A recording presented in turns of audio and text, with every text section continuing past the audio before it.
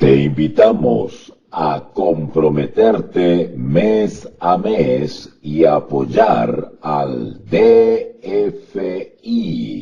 Docencia Final Internacional. Tu donación es nuestro salario. Que Dios te bendiga.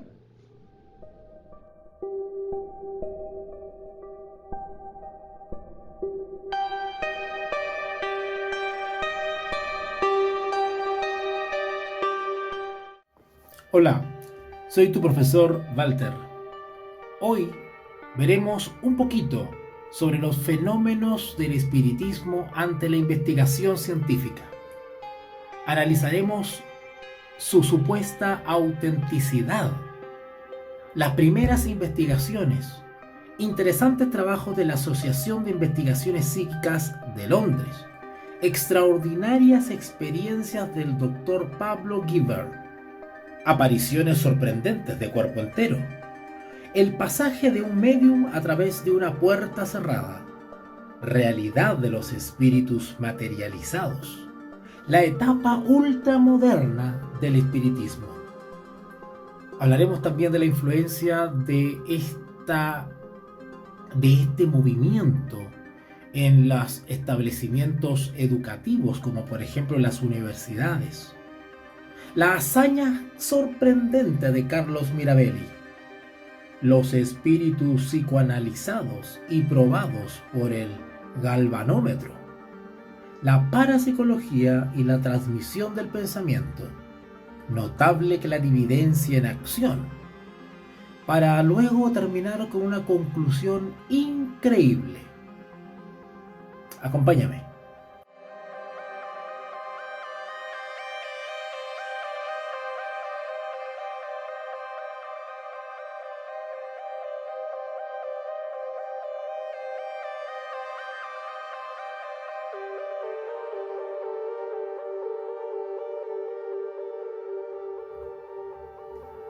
Uno de los aspectos más llamativos del espiritismo es la producción de hechos misteriosos, de la más diversa especie, de un orden aparentemente supranormal, que parecen escapar a las leyes naturales conocidas.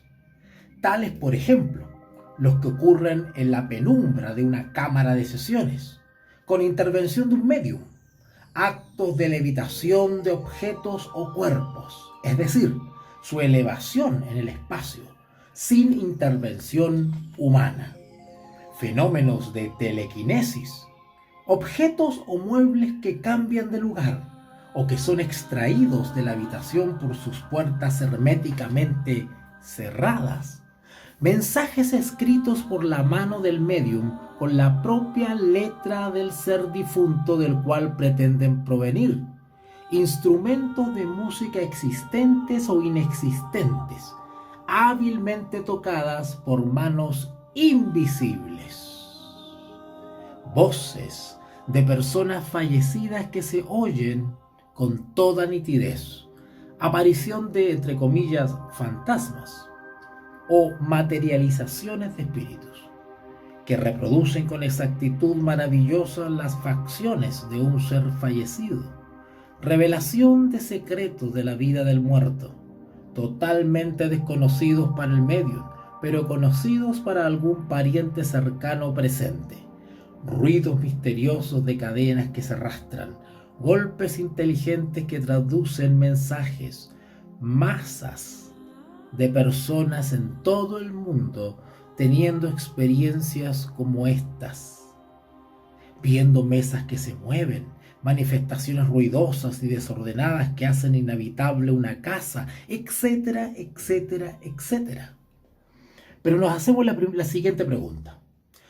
¿Son realmente auténticos estos fenómenos o se deben a fraudes?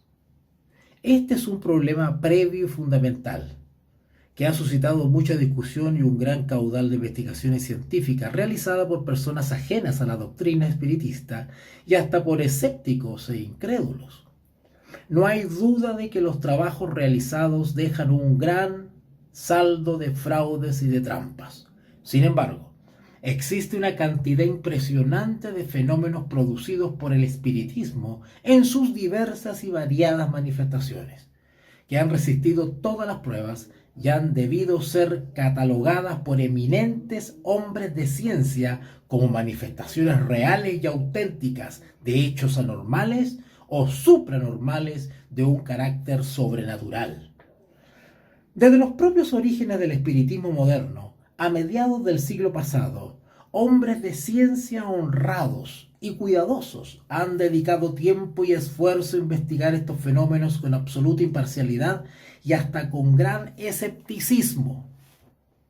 Por ejemplo, en 1869, para comenzar con alguna de las primeras experiencias, la Sociedad Dialéctica de Londres designó a una comisión de más de 40 personas, entre las cuales había hombres de ciencia y médicos legistas, para que investigaran los fenómenos que, según se aseveraba, eran manifestaciones espirituales. La comisión en pleno o diversas subcomisiones de la misma realizaron una meritoria labor investigadora de primera mano. Al principio, las 4/5 partes de las diversas subcomisiones eran totalmente escépticas en cuanto a la realidad de los fenómenos sostenidos, creyendo firmemente que eran resultado de impostura o de engaños, o de acción muscular involuntaria. Pero luego ocurrió una notable transformación en el veredicto. Fue solo por evidencias irresistibles, dice el informe, bajo condiciones que impiden la posibilidad de cualquiera de estas soluciones, y después de pruebas y experiencias muchas veces repetidas, como las más escépticas de nuestras subcomisiones, llegaron a convencerse lentamente y a desgano de que los fenómenos exhibidos en el curso de sus prolongadas investigaciones eran hechos verídicos. Aun cuando en la investigación de esta comisión, los diversos miembros de estas comisiones describieron su propia experiencia personal, el doctor H.D. Jacken, abogado, ofrece particular interés. Este personaje ya había tenido ocasión de observar en su propio domicilio la levitación de una mesa y un piano de tamaño regular, sin que ninguna mano tocara los muebles. También había observado un acordeón mantenerse elevado por un espacio de 10 a 20 minutos, sostenido por algo o por alguien, y más encima, siendo tocado por un agente invisible. Había visto también el manejo de carbones encendidos, levitaciones y alargamiento de objetos. Además, manos de espíritus que se disolvían lentamente mientras las tomaba, y muchas otras cosas, mayormente valiéndose de la mediunidad de D.D. Home. Otro de los miembros que ofrecieron un notable testimonio fue Cromwell F. Valery, bien conocido electrotécnico, siendo su propia esposa medium.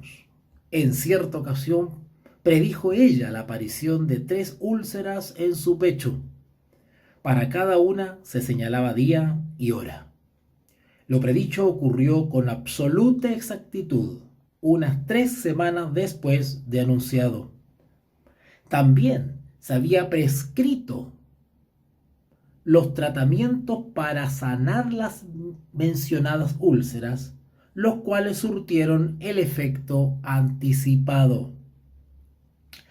Aun cuando en los trabajos de la Comisión de la Sociedad Dialéctica de Londres abundaban las personas dispuestas a presentar un testimonio positivo de lo que habían observado y oído, no se podía lograr que los escépticos aparecieran ante la comisión para expresar un testimonio negativo ante abogados, médicos y hombres de ciencia y para ser interrogados con libertad por ellos. Tal vez uno de los informes que más llama la atención es el relativo a fenómenos de materialización de espíritus. Este hecho, evidentemente, años atrás, ya había sido observado en los Estados Unidos en algunas sesiones en que actuaban las señoritas Fox. También se habían tenido noticias de diversos casos en relación con Home y otros. Sir Guillermo Crookes, célebre físico y químico, nacido en 1832 y fallecido en 1910, dejó documentados algunos de estos hechos observados directamente por él. Después de tomar todas las precauciones en que puede pensar un hombre de ciencia, las reuniones del caso se realizaron a menudo en su propia casa, usando a la señora Florence Cook como medio. En una de ellas apareció la forma de Kathy King, ataviada con brillante vestido blanco y con cabello rubio dorado. La medium se hallaba vestida de negro y su cabello era oscuro, de manera que no había forma de confundir a ambas personas. Además, las pulsaciones eran diferentes. Por otra parte, la medium llevaba aros y Kathy no los usaba. También Kathy era mucho más alta que la medium. No podía tratarse de una alucinación, porque la aparición fue fotografiada más de 40 veces. Hacia fines del siglo pasado, surgió en los círculos científicos de Londres otro esfuerzo metódico y bien realizado para investigar los fenómenos misteriosos que iba produciendo el espiritismo en su rápida difusión. El profesor Guillermo Barrett, quien ya había realizado personalmente algunas experiencias y había llamado la atención de la Asociación Británica para el Progreso de la Ciencia sobre fenómenos de hipnotismo y telepatía, después de realizar varias consultas, patrocinó la fundación de la Asociación de Investigaciones Psíquicas, cuya presidencia se encomendó al profesor Enrique Sidgwick. Los objetivos de la misma debían ser, según sus propios estatutos, los siguientes. Número 1. Un examen de la naturaleza y extensión de cualquier influencia que pueda ser ejercida por una mente sobre otra, de diversa manera que por los medios sensoriales conocidos. Número 2. El estudio del hipnotismo y el mesmerismo y una investigación del pretendido fenómeno de la clarividencia. Número 3. Una investigación cuidadosa de cualesquiera informe que descansaran en testimonios suficientemente fuertes y no demasiado remotos sobre apariciones coincidentes con algún acontecimiento externo, como por ejemplo la muerte, o que dieran datos previamente desconocidos para la persona receptora de los mismos, o que hubieran sido verificados por 2 o 3 personas en forma independiente. Número 4. Una investigación de diversos fenómenos aparentemente inexplicables por las leyes naturales conocidas y comúnmente adjudicadas por los espiritistas e inteligencias extrahumanas. Número 5. La recolección y colación del material existente sobre la historia de estos temas. La entidad que estuvo funcionando por ahí por el 1895, obtuvo su personería jurídica el mismo año. Y no podía tener propósitos más serios ni estar constituida por personas más capaces e imparciales. Eran los mejores quienes componían esta entidad. Por lo mismo, ha tratado de ser científica y de seguir los hechos cualquiera fuera el lugar a donde estos condujeran. Existía para la investigación y no para la propaganda. Esta era una comisión seria que intentaba dilucidar la situación de manera científica. Durante los primeros años de su existencia, las actuaciones de la Asociación Británica de Investigaciones Psíquicas tuvieron que ver mayormente con discusiones y experimentos sobre hipnotismo y telepatía. Había, sin embargo, relatos de algunas pocas apariciones, casas habitadas, premoniciones, escritura automática, etc. Pero donde esta asociación realiza realmente el comienzo de sus investigaciones más profundas sobre los fenómenos espiritistas es con el caso de una médium llamada señora Piper. Ya esta médium había sido analizada por el célebre psicólogo norteamericano profesor William James de la Universidad de Harvard. Los resultados de las reuniones que James tuvo con la señora Piper lo convencieron de que tenía facultades supranormales. Así, por lo menos, consta en las actas de la asociación. La inteligencia que controlaba a la medium, que afirmaba ser el espíritu de un médico francés llamado Pinot, reveló poseer un sorprendente cúmulo de conocimientos relativos a los extintos parientes de los presentes, a los cuales pretendía poder buscar al otro lado. Estos conocimientos sobrepasaban en forma evidente lo que la medium podía haber adquirido por los medios normales. El profesor James, aunque nunca llegó a militar abiertamente en el espiritismo o a aceptar sus doctrinas, escribió sobre sus experiencias con la señora Piper lo siguiente: en los trances de esta medium no puedo resistir la convicción de que aparece un conocimiento que ella nunca ha obtenido por el uso normal y vigil de sus ojos, oídos o ingenio. ¿Cuál puede ser la fuente de este conocimiento? No lo sé. Y tampoco tengo siquiera una vislumbre de sugerencia explicativa que hacer.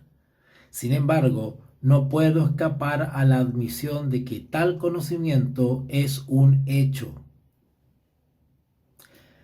Lo cierto es que en 1887 la señora de Piper se colocó bajo la supervisión del doctor Ricardo Hodgson en el invierno de 1889 a 1890. Fue a Inglaterra e intervino en sesiones en Liverpool, Cambridge y Londres, en las que participó, entre otros sabios, Sir Oliveiro Lodge, físico y filósofo inglés fallecido en 1940. La mayor parte de los investigadores arribaron a conclusiones parecidas a la del profesor James. Por ejemplo, F. B. H. Myers, a quien le tocaba redactar los informes para la publicación, escribió: el profesor Lodge, el doctor Leaf y yo mismo, que estamos preparando estos relatos para la publicación, no tenemos ninguna teoría que queremos imponer al lector. Como se verá, sobre ciertos puntos externos y preliminares, no solo nosotros tres, sino todos los que han tenido una adecuada oportunidad de juzgar las cosas, nos hemos hallado decididamente de acuerdo. Obsérvese, sin embargo, cómo en la parte interpretativa ya no había opinión uniforme. Pues sigue diciendo: pero sobre la cuestión más delicada e interesante relativa al origen del cual proceden las aseveraciones presentadas en el trance, no podemos unirnos en ningún punto de vista absoluto. Concordamos solo en sostener que lo que expresó la medium revela que el conocimiento ha sido adquirido por alguna inteligencia en alguna forma supranormal. Uno de los miembros destacados de la Asociación de Investigaciones Psíquicas de Londres, el doctor Pablo Guibert, alumno y continuador de Pasteur, investigador y hombre de laboratorio, interno de los hospitales de París y más tarde director del Instituto Bacteriológico Pasteur de Nueva York, miembro a la vez de la Academia de Ciencias de Nueva York, escribió un trabajo titulado Materializaciones de Fantasmas, en que relata el resultado de sus apasionantes investigaciones hechas con el concurso de una medium, cuyo seudónimo era señora Salmón. Sería demasiado largo y no cabría en los límites de este episodio de hoy reproducir in extenso una buena parte de estas experiencias, pero como ellas están al alcance de cualquiera, ustedes, cosa que lo puedan buscar incluso hoy en día gracias a Google por internet, Solamente en este episodio me voy a concentrar en citar entre comillas o resumir lo más destacado de los relatos que hace el autor en la obra mencionada más arriba, Materializaciones de Fantasmas. Reconoce el Dr. Givers la propensión de muchas médiums a simular o realizar fraudes, por lo cual habla de la consecuente necesidad de hallarse alerta todo el tiempo de la sesión. Si alguien llega a decirnos, afirma él, que tiene pruebas positivas de que un verdadero médium ha sido sorprendido con las manos en la masa, nos quedaremos muy extrañados. Ello probaría simplemente que ha deseado hacer más rápido de lo que puede obtener normalmente y que ha fallado, adulterando en consecuencia su producción. Y ello es todo. Toca a los experimentadores adoptar sus precauciones. En las experiencias realizadas por el Dr. Gibbel con la señora Salmón, se valió de una jaula completa por un gabinete de tapices. Una jaula que estaba hasta el tope, totalmente completada, ¿vale? Por gabinetes, ¿ok? Era una jaula llena. Y de un gabinete especial sin jaula. Y explica con lujo de detalles la construcción de la jaula, con enrejado metálico y armazones de madera recubiertos por el enrejado. Describe este investigador fenómenos de materializaciones observadas fuera del gabinete con el médium encerrado bajo llave. En una sesión, por ejemplo, voces distintas unas de otras se escuchan, no en la caja propiamente hablando, sino desde el gabinete situado a su costado. Primeramente, es una voz de jovencita que nos desea las buenas tardes. La voz es seria y jocosa por momentos. Se trata de uno de los controles o guías del medium que dice llamarse Maudí. Luego, a grandes intervalos, manos blancas y finas se deslizan sobre lo alto del gabinete hasta aproximadamente la parte media. Un abrazo y una mano desnudos y otra mano se muestra entre muchos intervalos y al mismo tiempo en los dos extremos de la caja del gabinete, hacia 2 metros de distancia de nosotros, aparecen y desaparecen manos difuminándose poco a poco.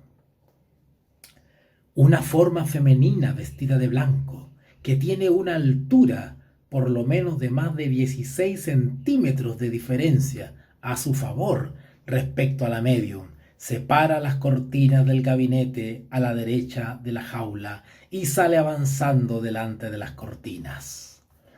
Otra forma femenina de talla menos elevada, llevando una corona y una cintura luminosa, sale bruscamente de entre las cortinas sin hacer el menor ruido. Aparece entonces un hombre de talla superior a la mediana. Más tarde surge la forma de un niño. Cuando desaparece esta visión, sale una voz de la jaula que indica que se trata de una criatura de algunos meses que ha fallecido recientemente. Helan, uno de los controles, aparece entre los cortinados. Me acerco a él y tomo con mi mano derecha, dice el Dr. Gibbel, su mano derecha. Estrecho esa mano y me devuelve el apretón. La mano que estrecho es tibia, larga, firme, un poco huesuda. Sin duda una mano de obrero, mano trabajadora, mientras que la mano del medium es bastante más pequeña, blanda y grasosa. Muchas otras apariciones se muestran todavía, entre ellas una mujer que expresa haber perdido la vida en un reciente náufrago y viene presentándose con su vestimenta totalmente mojada. Algunos de los presentes que la tocaron quedamos con las manos mojadas. Otra aparición, con la uña de un dedo índice rasga las cuerdas teniendo la guitarra, con su brazo extendido durante 15 o 20 segundos y luego desaparece llevando la guitarra consigo al gabinete o luego de haberla dejado en la entrada. ¿Se dan cuenta de lo que estamos hablando? Literalmente se aparecen estas imágenes, siluetas de personas con instrumentos, realizando sonidos. En otra experiencia, explica el Dr. Giver, el pasaje del medium a través de la puerta de la jaula, por supuesto, cerrada la puerta y sin embargo el medium pasó igual. Después de 2 horas de sesión, la voz del control ordena venir a buscar a la señora Salmón, que está agotada. Esta se halla en el interior de la jaula, herméticamente cerrada y con la llave colocada en el bolsillo del médico. Cuando éste se adelantó para abrir la puerta, una mano lo rechazó firmemente. Instantes después, relata el experimentador: veo la cortina inflarse como bajo la presión de un cuerpo voluminoso. Agarré la masa que se presentaba delante de nosotros y quedé sorprendido al sentir que tenía entre mis brazos a una mujer desvanecida. Era la señora Salmón, que fue atendida por las damas presentes, mientras los demás comprobaban que la jaula permanecía herméticamente cerrada. Las cortinas estaban tales como al comienzo. La puerta y las paredes se hallaban intactas. Los 3 estampillados de las junturas y la cerradura del candado también intactos. En otra sesión, manos de distintos tamaños y formas provenientes del gabinete fueron vistas acariciar la espalda, la cabeza y el cuerpo de los asistentes a la derecha del medio. Una cara se muestra por encima de mi cabeza, sigue relatando el Dr. Giver, y es vista por las personas sentadas enfrente de nosotros. Objetos diversos han sido tomados del interior del gabinete y trasladados por sobre nuestra cabeza. Las cuerdas de una guitarra puesta encima de una mesa en el gabinete, algo más de 1 metro por detrás del medium, sonaron varias veces, repitiendo sones, y luego el instrumento fue deslizado por entre las 2 personas ubicadas a la derecha del medium. Se refiere que en la misma sesión varias líneas de escritura fueron trazadas con lápiz sobre una hoja común de papel blanco, ubicada cerca de la guitarra en el interior del gabinete. En la reunión del 10 de diciembre de 1898, entre las diversas materializaciones registradas se halla la de una forma femenina enteramente vestida de blanco, que sale del gabinete y avanza vivamente hacia las señoras D y B, quienes interrumpen a gritar simultáneamente: ¡Blanca! ¡Blanca! La aparición se arroja en los brazos de la señora D, continúa el relato, y le dice, en un francés sin ningún matiz ajeno: tía mía, estoy feliz de veros. Y volviéndose hacia la señora B: y a ti también, Victoria. Estas 2 damas, muy emocionadas, responden a la aparición con palabras muy afectuosas y familiares. La abrazan, se besan tiernamente, lo mismo que el señor B, que viene a ser primo político. La aparición permanece aproximadamente 2 minutos con nosotros. Una de las consideraciones finales que hace el Dr. Giver en el relato de sus experiencias es que las materializaciones pueden ser no solamente vistas y oídas, sino también tocadas, fotografiadas y modeladas.